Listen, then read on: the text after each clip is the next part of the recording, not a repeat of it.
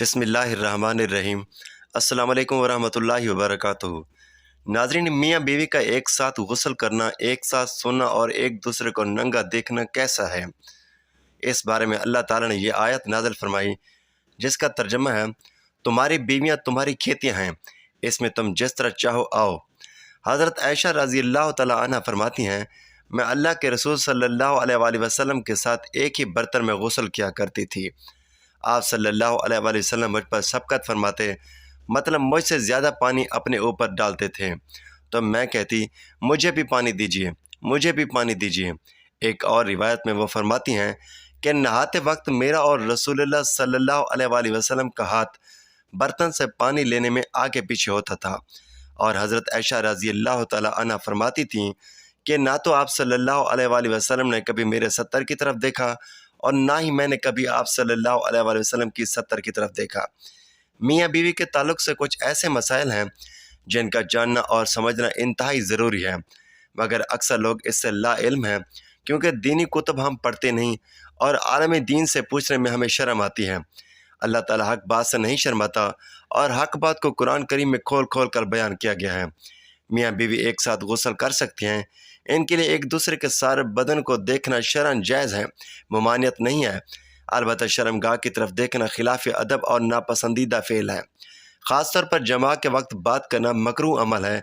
جماع کرتے وقت بولنے سے پیدا ہونے والے بچوں کا توتلا ہونے کا خطرہ ہوتا ہے، اس لیے اس وقت عورت کے شرمگاہ کی طرف نظر کرنے سے بھی بچنا چاہیے، کیونکہ عورت کی شرمگاہ کی طرف دیکھنے سے بچے کے اندھے ہونے کا امکان ہوتا ہے۔ اس لیے میاں بیوی کو چاہیے کہ جماع کرتے وقت اپنے اوپر کوئی چادر ڈال لیا کریں۔ اگر ایسا نہیں کرو گے تو بچے کے بے حیا ہونے کا خطرہ ہوتا ہے۔ حضرت عائشہ صدیقہ رضی اللہ تعالیٰ عنہ نے عرض کیا، یا رسول اللہ صلی اللہ علیہ وآلہ وسلم، عورتوں کو تو بہت سا ثواب مل گیا، مردوں کے بارے میں بھی ارشاد فرمائیے۔ جیسے ان کا حضور مسکرایا اور فرمایا، مرد اپنی عورت کا ہاتھ پکڑ کر خوشگوار موڈ میں بات کرتا ہے تو اس کے لیے ایک نیکی لکھ دی جاتی ہے۔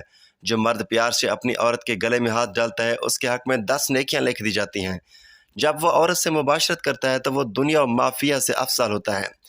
جب غسل کرتا ہے تو بدن کے جسم بال پر سے پانی گزرتا ہے، اس کے لیے ہر بال کے بدلے میں ایک نیکی لکھ دی جاتی ہے، اور ایک گناہ معاف ہو جاتا ہے، اور ایک درجہ بلند کر دیا جاتا ہے۔ اور غسل کرنے کی عوض میں جو چیز دی جاتی ہے وہ دنیا و مافیہ سے افضل ہے، اور بے شک اللہ تعالیٰ اس پر فخر کرتا ہے، اور فرشتوں سے کہتا ہے کہ اے میرے بندے کی طرف دیکھو، کیسی صد رات میں غسل و جنابت کے لیے اٹھا ہے، اور وہ اس بات پر یقین رکھتا ہے کہ میں اس کا رب ہوں۔ تم اس بات پر گواہ رہو کہ میں نے اس کو بخش دیا۔ جمعرات اور جمعہ کو ہم بستری غسل کرنے کی ترغیب اس لیے دی گئی ہے کیونکہ مردوں کو نماز جمعہ کی ادائیگی کے لیے مسجد میں جانا ہوتا ہے، تاکہ آتے جاتے کہیں نظر پڑنے سے طبیعت میں کسی قسم کی شہوت پیدا نہ ہو، اور خواہش نفس سے اطمینان ہونے کے سبب نماز اور خطبے میں دل جمی حاصل ہو جائے۔ ناظرین، بہترین بیوی وہ ہے جو سونے کے کمرے میں اپنے حسن و جمال، خوبصورتی اور بستر میں خاوند کے ساتھ خصوصی طور پر اپنے پیار کے جادو سے جکڑ لے، دوران صحبت اس کے مقصد پر نگاہ رکھے اور غور کرے کہ اس کا خاوند کیا چاہتا ہے، پھر اس کے پسند سے بھی بہتر انداز میں اپنے آپ کو اس کے سپرد کر دے، نرم گفتگو کرے، پیار بھرے الفاظ استعمال کرے، اور شوہر کی رغبتوں اور چاہتوں کو پورا کرتے ہوئے اسے سیر کر دے۔ جب شوہر اپنے بیوی کو اپنا طبی تقاضا پورا کرنے کے لیے بلائے تو بیوی انکار نہ کرے۔ اس سلسلے میں احادیث مبارکہ میں واضح تعلیمات موجود ہیں، چنانچہ ارشاد نبی صلی اللہ علیہ وآلہ وسلم ہے، خاوند بیوی کو اپنی حاجت پوری کرنے کے لیے بلائے اور بیوی آنے سے انکار کر دے، جس پر شوہر غصے کی حالت میں رات گزار دے تو صبح تک فرشتے اس عورت پر لعنت بھیجتے رہتے ہیں۔ دوسری روایت میں آتا ہے کہ رسول اکرم صلی اللہ علیہ وآلہ وسلم نے فرمایا، جب شوہر اپنی بیوی کو اپنی حاجت پوری کرنے کے لیے بلائے تو وہ اس کے پاس چلی جائے، خواہ وہ روٹی پکانے کے لیے تندور پر ہی کیوں نہ کھڑی ہو۔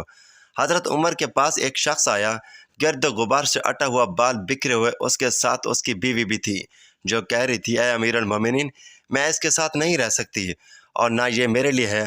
آپ رضی اللہ تعالیٰ عنہ نے جان لیا کہ یہ عورت اپنے شوہر سے نفرت کرتی ہے، اس لیے آپ رضی اللہ تعالیٰ عنہ نے اس کے شوہر کو حکم دیا کہ وہ غسل کرے اور اپنے سر کے بالوں کو تراشے اور ناخن کترے۔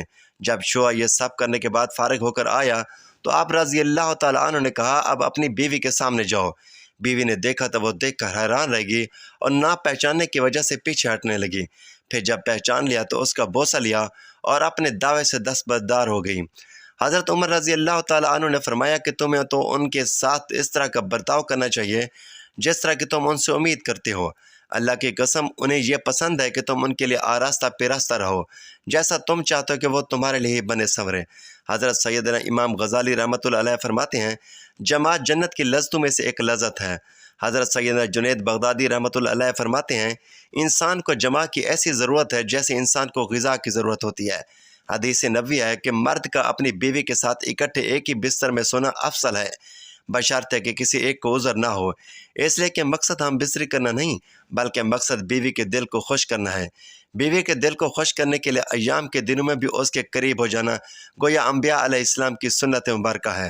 سیدنا عبداللہ بن عباس رضی اللہ تعالیٰ عنہ سے روایت ہے کہ نبی کریم صلی اللہ علیہ وآلہ وسلم نے فرمایا جو آدمی اپنی بیوی کے پاس آنے سے پہلے یہ دعا پڑھتا ہے، ترجمہ اللہ کے نام کے ساتھ اے اللہ مجھے بھی شیطان سے بچا اور اس اولاد کو بھی شیطان سے محفوظ رکھ جو تو مجھے عطا کرے۔ اگر میاں بیوی کی اس تعلق میں اولاد کا فیصلہ کر دیا گیا تو شیطان کبھی بھی اس کو نقصان نہیں پہنچا سکے گا۔ فقہا نے بتایا ہے کہ شوہر اپنی بیوی کی مرضی کے بغیر زیادہ سے زیادہ 4 ماہ کی مدت تک اس سے دور رہ سکتا ہے۔ میاں بیوی کا اکٹھے غسل کرنا، ایک دوسرے کے 70 یعنی شرمگاہ کو دیکھنا گناہ نہیں لیکن نہ دیکھنا بہتر ہے کہ شرمگاہ دیکھنے سے بندے کی نظر کمزور ہو جاتی ہے اور نسیان یعنی بھولنے کا مرض پیدا ہوتا ہے، لہٰذا اکٹھے غسل کریں تو بہتر ہے۔ 70 ڈھانپ لیں تاکہ اس پہ ایک دوسرے کی نگاہ نہ پڑے۔ میاں بیوی دونوں ایک ہی واش روم میں بیک وقت غسل کر سکتے ہیں مگر دونوں کے 70 ڈھکے ہوئے ہوں تو بہتر ہے۔ اللہ تعالیٰ سے دعا ہے کہ اللہ تعالیٰ ہمیں دین حق کی سمجھ بوجھ عطا فرمائے اور دین حق پر چلنے کی توفیق عطا فرمائے اور بیوی سے محبت اور ان کے حقوق ادا کرنے کی توفیق عطا فرمائے، آمین۔